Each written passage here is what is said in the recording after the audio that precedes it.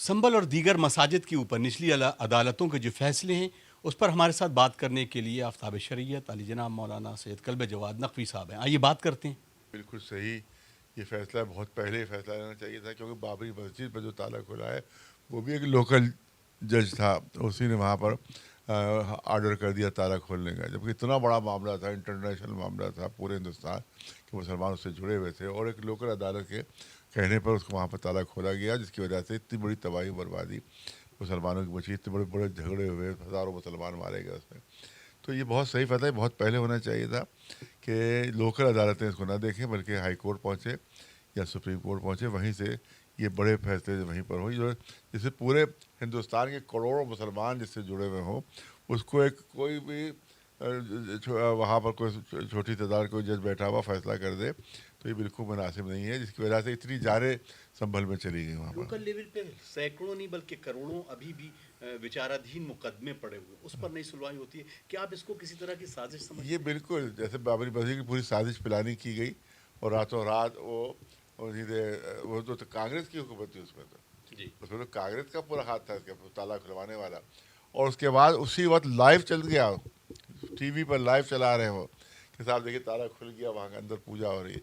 तो वो भी पूरा पॉलिटिकल कांग्रेस का था, और आज भी जो कुछ भी हो रहा है वो सब मस्जिद मंदिर के नाम पर वो सब पूरा पॉलिटिकल है। ख्वाजा मोइनुद्दीन चिश्ती अलैहिर्रहमा की जो मज़ार, उस पर भी इसी तरह का वो फैसला आया और लोगों ने कहा कि उस पर भी सर्वे होना चाहिए।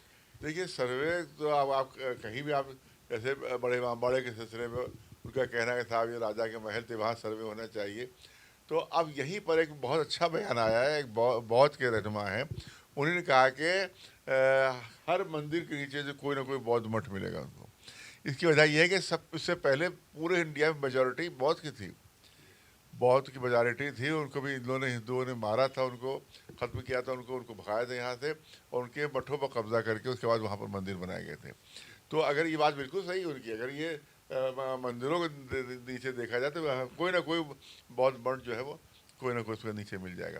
लिहाजा अगर ये सिलसिला शुरू हो गया तो ये मंदिरों की भी फिर नौबत पर आएगी इसकी।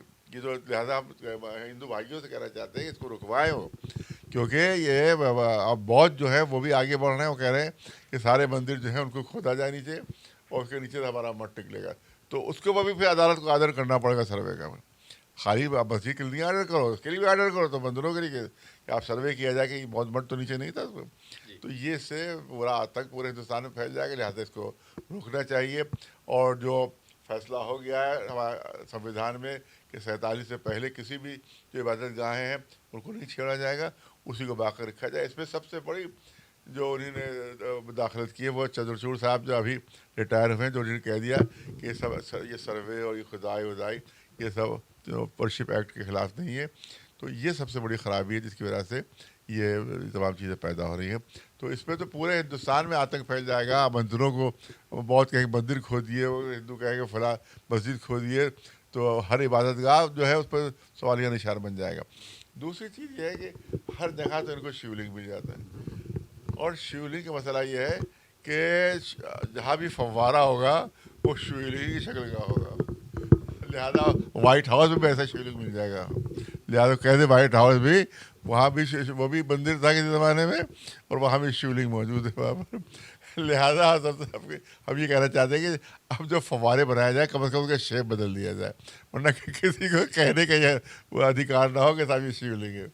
तो हर फव्वारा शिवलिंग के देखा जाए तो वो शिवलिंग दिखाई देगा आपको, उसी से फ़ायदा उठाया कहते थे शिवलिंग है यहाँ के ऊपर। तो आप कहते हैं तो आपको वहाँ वाइट हाउस में भी यही शिवलिंग मिलेगा। बिल्कुल ये बहुत शानदार फैसला है, क्योंकि सर्वोच्च न्यायालय में जो जजेस हैं उन्होंने भारत के संविधान की उस धारा का पालन किया है जिसमें ये लिखा है कि वो कोई व्यक्ति अगर ऐसा एक्ट करता है जिससे शांति भंग का अंदेशा हो, या कोई ऐसा बयान या कोई ऐसा फैसला जिससे शांति भंग का अंदेशा हो और दो गुट आपस में झगड़े या मारपीट हो या लड़ाई की नौबत आए, तो इसमें शांति भंग का अंदेशा होता है, तो इसमें पुलिस को कार्रवाई करना पड़ती है।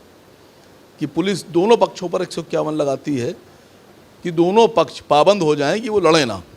लेकिन यहाँ तो मैं देख रहा था कि ऐसा बड़ा फैसला आ गया और पुलिस को भी पता था, सरकार को भी पता था, और जिन लोगों ने फैसला दिया उनको पता था कि शांति भंग होना ही होना है। तो पुलिस ने क्या कार्रवाई की?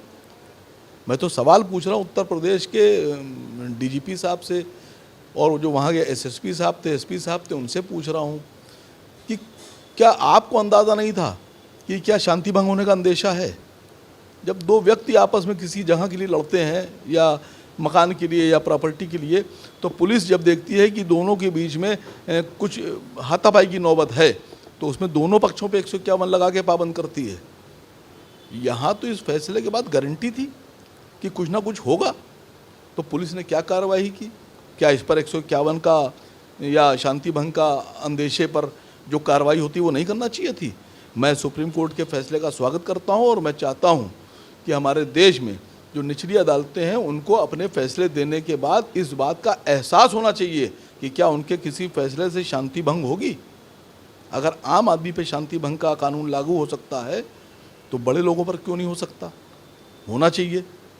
मैं गुजारिश करता हूँ भारत के चीफ जस्टिस ऑफ इंडिया से कि आप पूरे हिंदुस्तान के हर स्टेट में हर जज को, छोटा बड़ा अदना मध्यम जो भी हो, उन सबको ये बात बताइए कि आपका कोई फैसला किसी भी जज का ऐसा नहीं होना चाहिए जिससे दो पक्ष, दो व्यक्ति, दो खानदान, दो धर्म, दो जातियां आपस में टकराव की स्थिति में आ जाएं। और अगर ऐसा होता रहेगा तो मैं समझता हूं कि ये भारत के संविधान के लिए खतरा है। इस संभल की जामा मस्जिद केस के सिलसिले में सुप्रीम कोर्ट का जो आज फैसला आया है वो निहायत ही अहम और काबिल मुबारकबाद फैसला है। इसका हम सब लोग खैर मकदम करते हैं, वेलकम करते हैं। इसीलिए हमेशा से ये बात कही जाती है कि हम सबको अदालतों पर पूरी तरीके से एतमाद और यकीन रखना चाहिए। और जिस तरीके से सुप्रीम कोर्ट ने आज संभल जामा मस्जिद केस के सिलसिले में निचली अदालतों में कोई भी इस सिलसिले में फैसला या कार्रवाई करने से जो रोक लगाई है, इससे एक बड़ी राहत हासिल हुई है। और जिस तरीके से सुप्रीम कोर्ट ने मुस्लिम साइड को हाई कोर्ट में अपने केस को ले जाने की परमिशन दी है, इससे भी उम्मीद है कि वक्त रहते इंशाअल्लाह इंसाफ मिलेगा। और सुप्रीम कोर्ट का ये भी कहना एक बड़ा कदम है कि हर हाल में वहाँ पर संभल में लॉ एंड ऑर्डर को मेंटेन रखा जाए। और जिस तरीके से जो कुछ भी अभी हुआ है उससे जाहिर सी बात है पूरे मुल्क में लोगों में काफ़ी तशवीश थी, लेकिन आज सुप्रीम कोर्ट के इस फैसले के बाद यकीनी तौर पर सबने एक बड़ी राहत की सांस ली है। देखिए, सुप्रीम कोर्ट के फैसले का, देश के सर्वोच्च न्यायालय के फैसले का मैं इस्तकबाल करता हूं।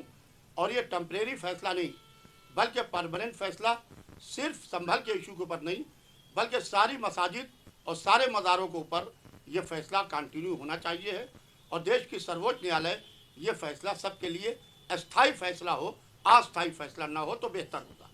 अभी तक जितनी भी चीज़ें देखी गई, जहाँ भी सर्वे है, लोकल लेवल पर जाहिर सी बात अदालत की कदर और कीमत है, उसकी एक मंजिलत है, लेकिन फिर भी देखने को है कि लोकल लेवल पर जो भी डिस्ट्रिक्ट कोर्ट्स हैं वो इस तरह के फैसले दे रहे हैं कि हर जगह मस्जिद के नीचे कोई रिट डालता है, वो अपोजिशन को सुनकर, प्रोसिक्यूशन को सुन के बगैर उस पर जो वर्डिक्ट आ जाता है कि इसकी सर्वे करा जाए। इसको आप किस नज़रिए से देखते हैं? और अदालत में खासतौर से जुडिशरी का जो ये सिस्टम चल रखा है उसके बारे में आप क्या कहेंगे? देखिए, जिस तरीके से जुडिशरी में फैसले आ रहे हैं, लोगों का जुडिशरी के ऊपर से इसमें विश्वास हट जाएगा। इसलिए कि मंदिर मस्जिद हो, गुरुद्वारा हो, इमामबाड़ा हो, चर्च हो, सनिगाह हो, यहाँ के ऊपर आदमी मन की शांति के लिए जाता है। जब हर जगह से हार जाता है तब मंदिर और मस्जिद जाता है। आप मंदिर और मस्जिद को कंट्रोवर्सी के अंदर खींचिए, ये गलत है।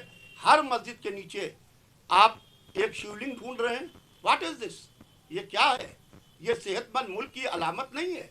इसके ऊपर हुकूमतों को गौर करना चाहिए, चाहे सूबाई हुकूमतें हों चाहे केंद्रीय हुकूमत हो। बात बेरोजगारी पर कीजिए, बात गरीबी पर कीजिए, बात जहालत पर कीजिए।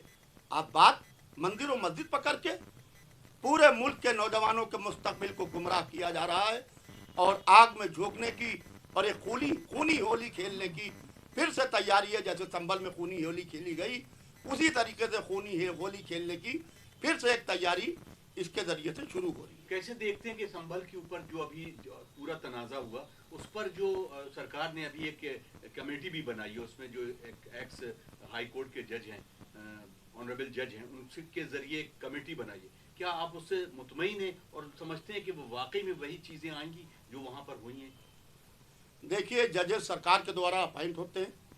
अब मैं किसी के ऊपर पूरी टिप्पणी ना करते हुए मैं देश की अदलिया को भरोसा करते हुए ये कहूँगा कि हिंदुस्तान के अंदर चाहे मुसलमान फ़िरक़े के लोग हों चाहे हिंदू फ़िरक़े के लोग हों, दोनों का ख्याल करें, दोनों की आस्थाओं का, दोनों की भावनाओं का ख्याल करें और जो भी फैसला करें ऐसा ना करें कि जैसे बाबरी मस्जिद के इशू के ऊपर पूरे मुल्क के अंदर एक अफरा तफरी का माहौल था, फिर हमारे मुल्क में एक अफरा तफरी का माहौल बने और दूसरे ममालिक हमारे मुल्क की इस अफरा तफरी और इस हिंदू मुस्लिम जो यकजहती है ये टूटने लगे तो उसके ऊपर हंसी और मजाक उड़ाएं। जितने लोग मरे हैं उनके लिए आप क्या डिमांड करते हैं सरकार की तरफ से, उनकी फैमिली के लिए क्या किसी तरह से प्रोत्साहन राशि मिलना चाहिए उन्हें? मैं बाकायदा सरकार से मुसलसल ये डिमांड कर रहा हूँ अपने मीडिया के हवाले से कि बाकायदा जो लोग मरे हैं संभल में या जहाँ जहाँ पर जो लोग मरे हैं धार्मिक झगड़ों में, बाकायदा सरकार एक सरकारी नौकरी का इंतज़ाम करे उनके परिवार के लिए और दूसरे वहाँ के ऊपर उनको कम से कम 25-25 लाख रुपए का इंतज़ाम करें। यासिर साहब, जिस तरह से अभी दूसरी दरगाहों पर भी जो है लोगों ने जो है अपना एक दावा शुरू कर दिया है, क्या ये एक सोची समझी साजिश है कि मुल्क के अमन व अमान को ख़राब करने के लिए और वोट को पोलराइज करने के लिए, ये आप एक सोची समझी इसको साजिश समझते हैं? बेशक ये सोची समझी साजिश है और जिस तरीके से अजमेर में ख्वाजा मोइनुद्दीन चिश्ती के मज़ार पर जहाँ मुसलमानों से ज़्यादा हिंदू जा रहा है, वहाँ के ऊपर उसको ये कहना कि इसके नीचे मंदिर है, इसके नीचे शिवलिंग है, बड़े अफसोस की बात है, बड़े अफसोस की बात है। और ख्वाजा मोइनुद्दीन चिश्ती जिन्होंने एकता का संदेश दिया, जिन्होंने एकता का मैसेज दिया, शाह हुसैन बादशाह हुसैन इमाम हुसैन अलैहिस्सलाम इंसानियत के रहबर थे। आज भी वहाँ दीन अस्त हुसैन दी पना अस्त हुसैन इमाम हुसैन अलैहिस्सलाम के हवाले से बात होती है। लिहाजा मज़ार हो या मस्जिद हो या मंदिर हो, उसको कंट्रोवर्सी में अगर से खींचा गया तो ये सेहतमंद मुल्क की अलामत नहीं है। उम्मीद करते हैं कि अदालतें अपना काम बखूबी करेंगी और ये खबर आप तक पहुंचना भी चाहिए और इस खबर के पीछे के मंजर को भी आप मंजरनामे में देखेंगे। अतर काज़मी की ये खास report, the times nation, Lucknow.